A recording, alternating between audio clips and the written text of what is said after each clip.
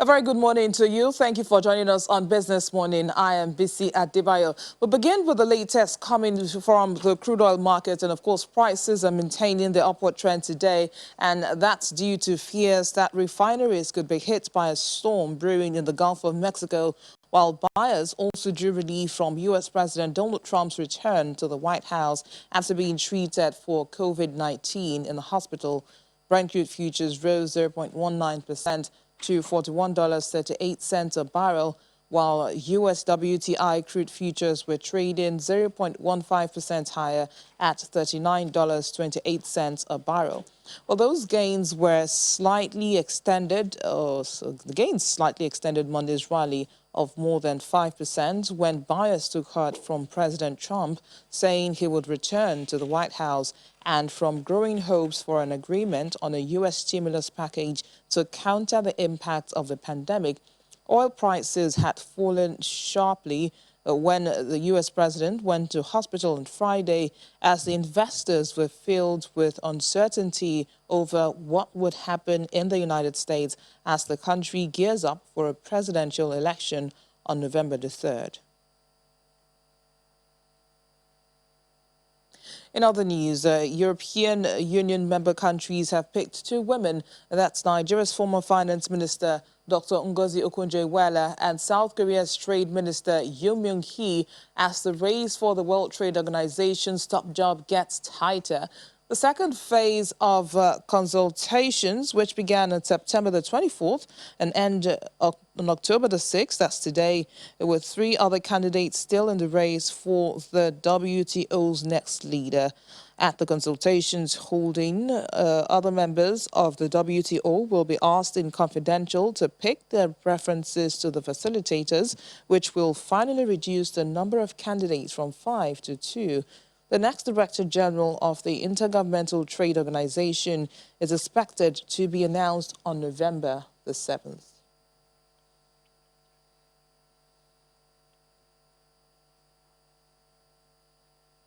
Oh, we have more headlines, and the International Monetary Fund has approved a 6-month extension of the temporary increase in access limits under its emergency financing instrument. A statement from the multilateral institution explains that the extension till April the 6th, 2021 is taken in the context of the persistent impact of the pandemic. Against the background of urgent balance of payments needs of member countries as a result of COVID-19, the fund approved a temporary increase in access limits for its rapid financing instrument and the rapid credit facility earlier in April 2020. As a member country, Nigeria secured $3.4 billion under the rapid financing instrument in June 2020. And according to the IMF, the temporary increase in access limits will be assessed as part of the wider review of the temporary changes in annual access limits introduced since the onset of the pandemic.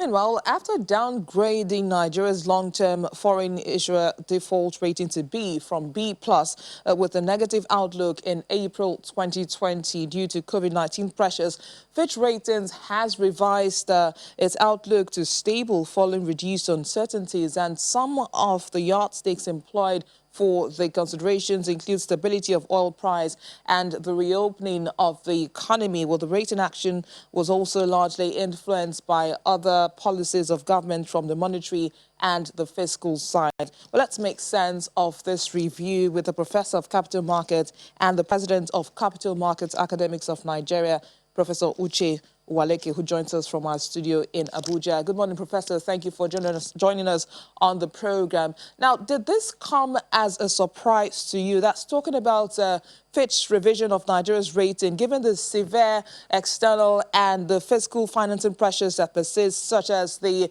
overvaluation of the naira, for instance, and a large FX demand backlog.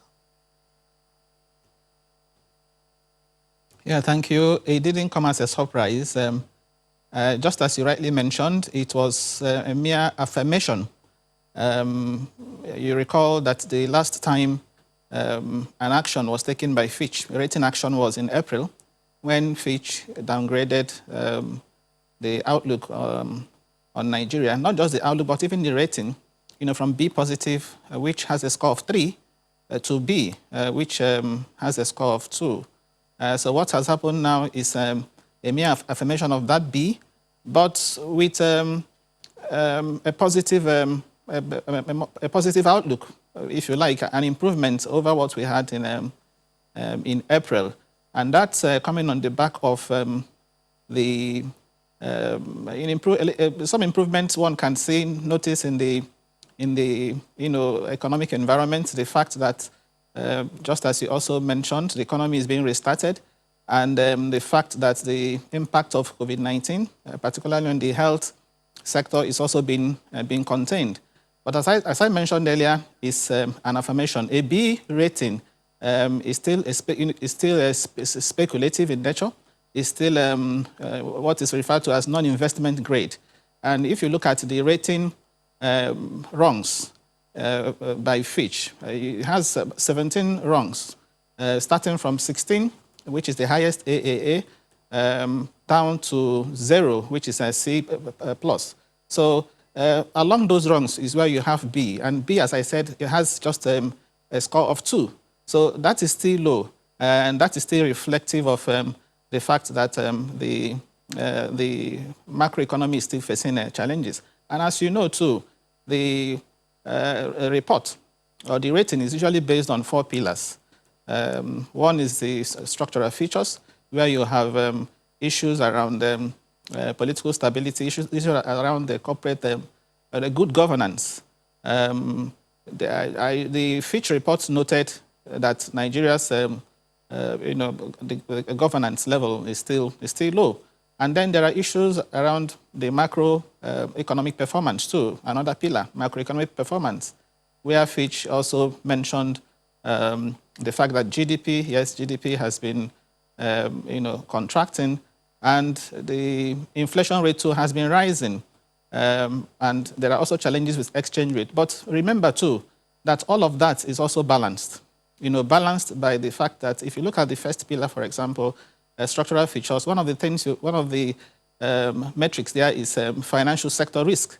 So Fitch is also recognizing that in terms of financial soundness indicators, the country has recorded some improvements, which again is corroborated by Fitch rating, recent Fitch rating for some of our banks that are regarded as systemically important banks, like the rating they had for GTB and Zenith, which also affirmed the B with a stable outlook. Apart from First Bank, where we saw a downgrade and a negative outlook, the other banks had a stable outlook. And that's, again, a reflection of the fact that for the financial sector in particular, asset quality is gradually improving. The same thing with there are some other prudential ratios. So what we have out there by Fitch is a reflection of their judgment regarding not just the structural features mentioned, the macroeconomic performance, but also the fiscal performance. Fiscal performance, Fitch talked about fiscal pressure, fiscal revenues declining on account of what is happening in the international crude oil market. But again, Fitch also noted that oil prices have stabilized. So that also goes to show that what is actually the issue is the fact that the risk to the Nigerian economy, these risks are receding, if you like. The vulnerabilities are dropping. And that is why you now have an outlook that is stable. Now, on the fourth pillar, which is the external sector, Fitch also recognized the issue of the challenges we're having in our current account and the BOP balances. But again, also recognized the fact that we have received some support, from the international, particularly the International Monetary Fund. The facility we took, the rapid response facility we took, is of course helping our BOP position. So overall, one could say that the outlook, macroeconomic outlook for Nigeria is brightening on the back of But Professor, stability in oil price, would you brightening really on the say back of restarting the of storm is over yet, Professor? I mean, looking at the potential threat to oil demand from the second wave of the pandemic, and when you add that with a downward pressure on prices and the slow recovery in global oil demand, which is now expected to linger till the end of 2021. So where does this really place us? Yes, let me answer you directly. I think the storm is over. If you also look at Fitch reports, so whether you are looking at Fitch or any other projection by the reputable energy agencies, IEA, and the rest, none of them is predicting an oil price of less than $40 per barrel. Saudi Arabia, the other day, just finished their budget for 2021, and Saudi Arabia is using an oil price of $50 per barrel. Nigeria has been quite conservative in the 2021 budget forecast, budget estimate, by using $40 per barrel. And Fitch is projecting an oil price of $41 per barrel, for the year, for 2020. So if our budget is based on 40, and you have an oil price that averages 40, 41, I think the risk there is quite minimal.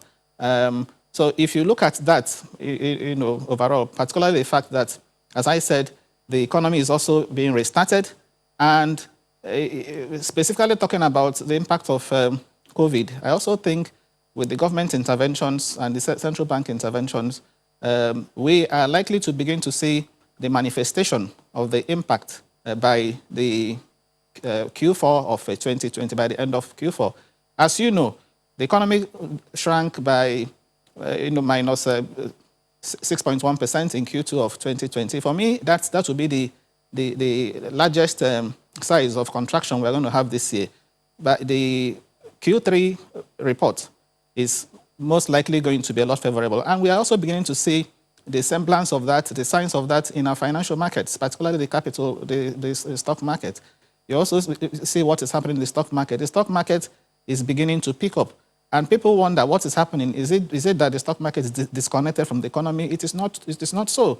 It is a reflection of improved confidence in the economy. Confidence is gradually returning.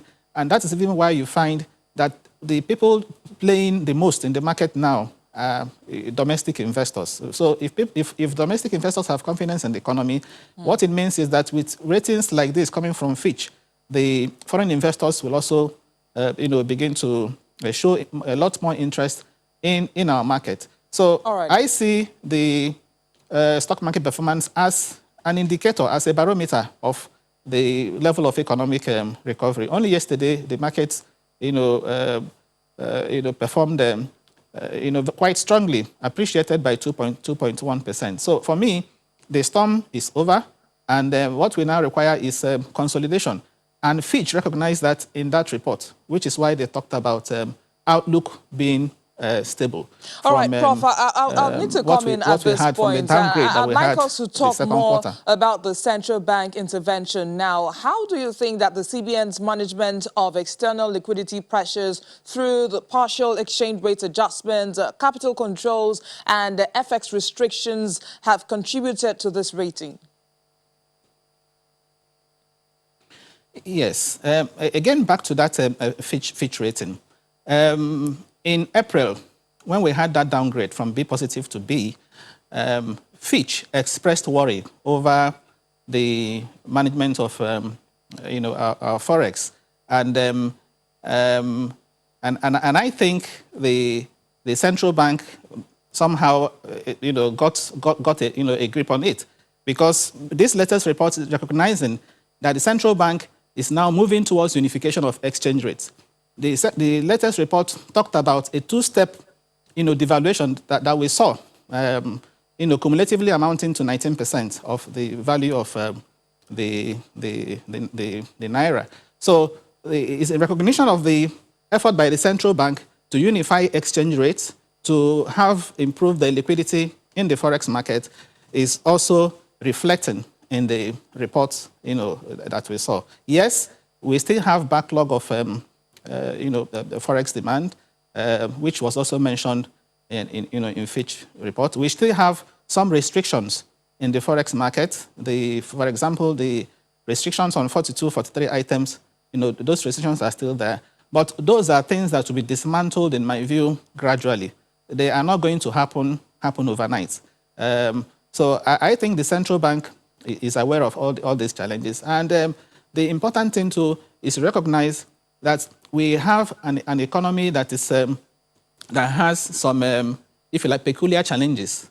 Peculiar challenges in the fact that we still remain an import-dependent economy, and the only way we can encourage some sort of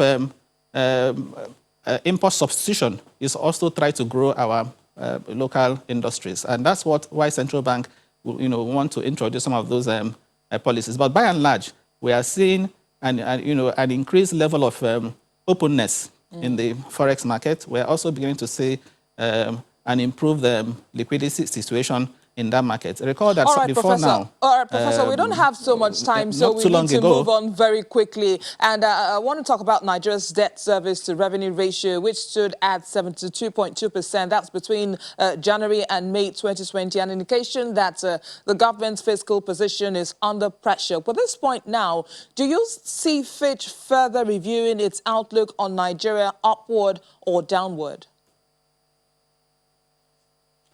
I see Fitch doing an upward revision, because what you have there is a rating on, or Fitch opinion on Nigeria's issuer default, foreign currency issuer default, status.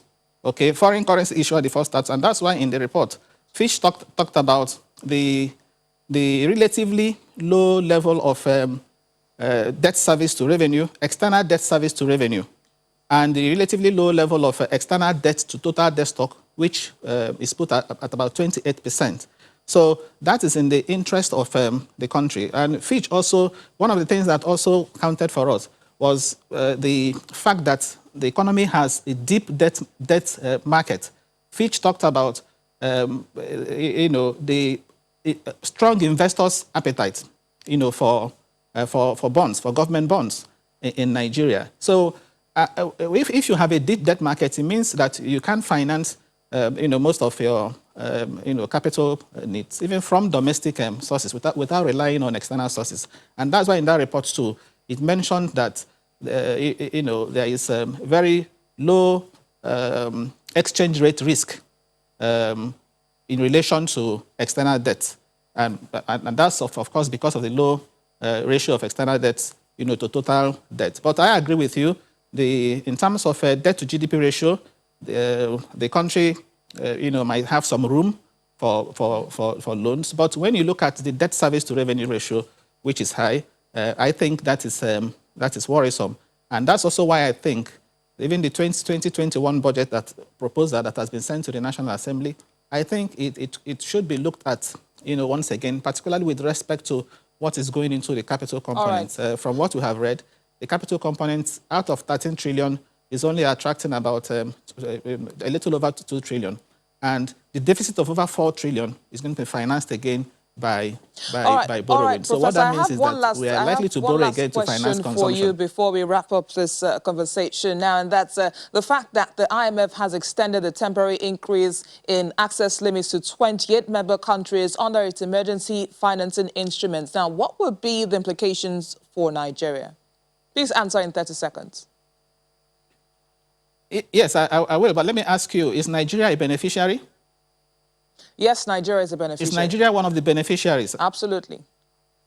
Okay, because I am not too sure Nigeria participated in the Catastrophic Containment Relief Trust Fund or trust loans, because that is the relief is with respect to the CC Catastrophic Containment Relief Trust. The one we took recently from IMF is only recently we collected $3.4 billion from IMF under the rapid response facility. So the relief, based on what I read, the relief is with respect to those countries that have benefited from their catastrophic containment relief trust fund. But if Nigeria is a beneficiary of this, of course, that is a welcome development. and is sharing news, particularly for the government. It will help us free up some resources for developmental projects. All right, thank you, Professor of Capital Markets and the President of Capital Market Academics of Nigeria, Professor Uche Uwaleke. Thank you for sharing some of your time with us this morning. My pleasure.